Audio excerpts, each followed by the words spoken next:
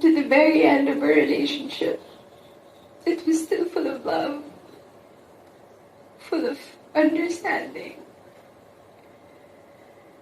And Rico is one of a kind.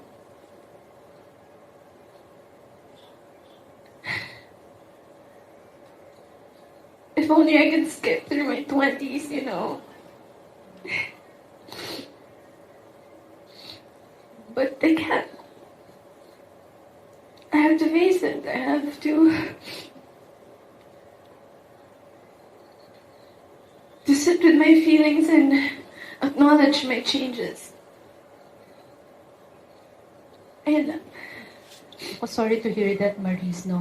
Pero once and for all na lang din. I'm sure kasi after your being open about your situation, maraming magtatanong dahil na kung nag-click yung ano yun ni Anthony, baka madamay siya at isipin ng mga fans na may kinalaman si Anthony sa breakup. No, Anthony is out of the picture here.